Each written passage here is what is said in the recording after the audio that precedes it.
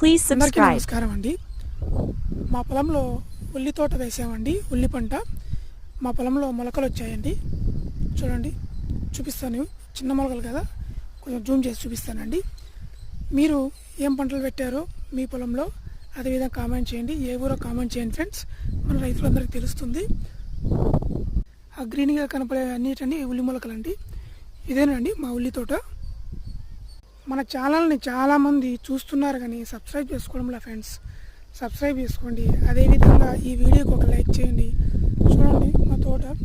మేము మామూలుగా అయితే గుంట కొట్టాల్సింది గొర్రు కొట్టించామండి.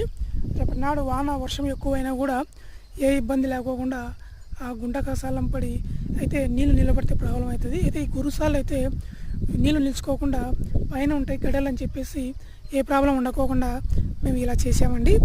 మీరు ఏ పద్ధతిలో సాగు చేస్తున్నారో కామెంట్ చేయండి. Thank you for watching this.